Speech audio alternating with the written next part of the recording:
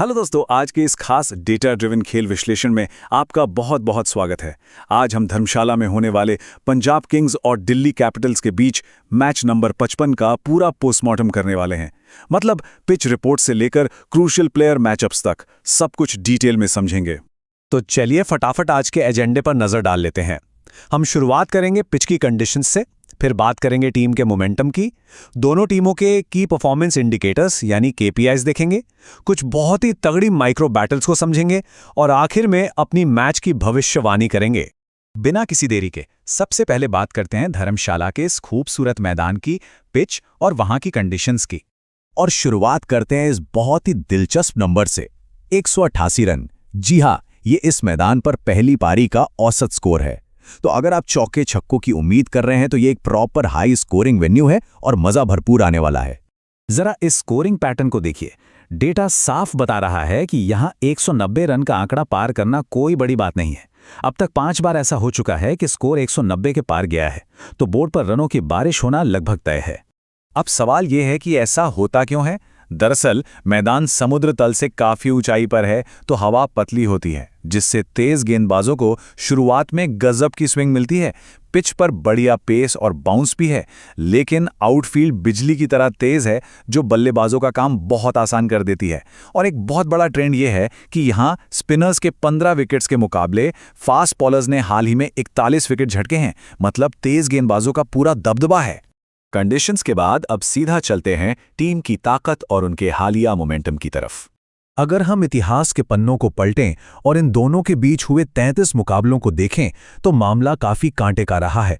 पंजाब ने 18 मैच जीते हैं, जबकि दिल्ली ने 15। यानी ओवरऑल पंजाब का पलड़ा हल्का सा भारी जरूर है। लेकिन जो असली कहानी है ना, वो इनके हालिया फॉर्म में छुपी है।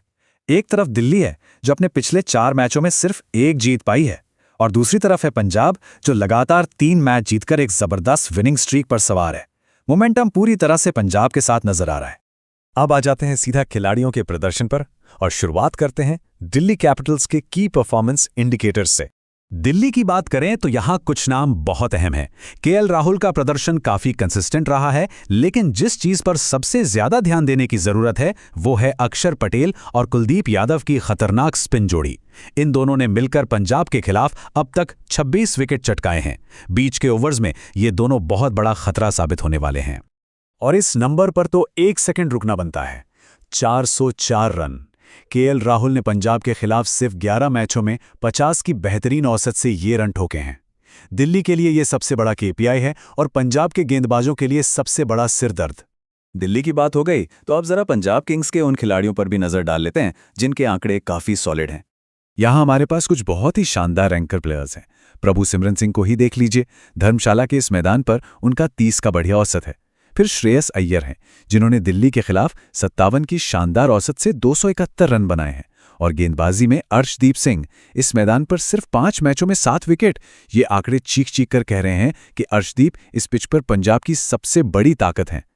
अब जब हमें खिलाड़ियों के इंडिविजुअल आंकड़े पता चल गए हैं, तो चलिए देखते हैं कि जब ये खिलाड़ी आमने सामने होंगे तो कौन सी माइक्रो बैटल्स गेम पलट सकती हैं। सबसे पहले बात करते हैं द स्पिन जोक की। युजवेंद्र चहल और नीतीश राणा के बीच की ये टक्कर, इसे स्टैटिस्टिकल डोमिनेंस कहना बिल्कुल गलत नहीं होगा। डेटा कभी झूठ नहीं बोलता। नीतीश राणा ने चहल की 87 गेंदें खेली हैं और यकीन मानिए चहल ने उन्हें 6 बार पवेलियन भेजा है। ये एक बहुत बड़ी रणनीतिक कमजोरी है। इसी तरह कुलदीप ने श्रेयस अय्यर को 3 बार और अक्षर पटेल ने मार्कस स्टोइनिस को तो 25 गेंदों में ही 2 बार आउट किया है। आप लिख कर ले लीजिए, दोनों टीमों के कप्तान इन मैचअप्स का पूरा फायदा उठाने की कोशिश करेंगे। स्पिन के बाद अब जरा पेस अटैक की बात हो जाए। टॉप ऑर्डर में होने वाली ये पेस बनाम एंकर की लड़ाई मैच का पूरा रोमांच बढ़ा देती है।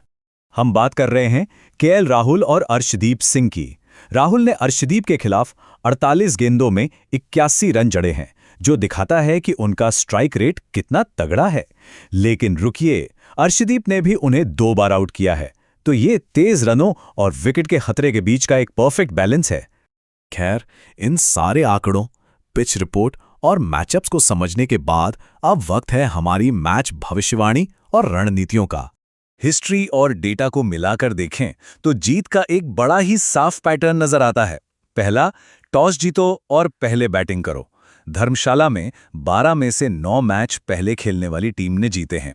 दूसरा, शुरुआती ओवर्स में पतली हवा और स्विंग का फायदा उठाने के लिए अपने सबसे अच्छे तेज गेंदबाजों को लगाओ।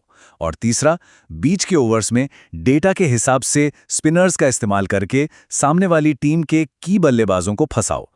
तो आखिरकार सवाल यही बचता है, क्या तेज गेंदबाजों की मददगार इस धर्मशाला के पिच पर दिल्ली का वो पुराना स्पिन का जादू चलेगा, या फिर पंजाब अपनी शानदार विनिंग स्ट्रीक को बरकरार रखेगी?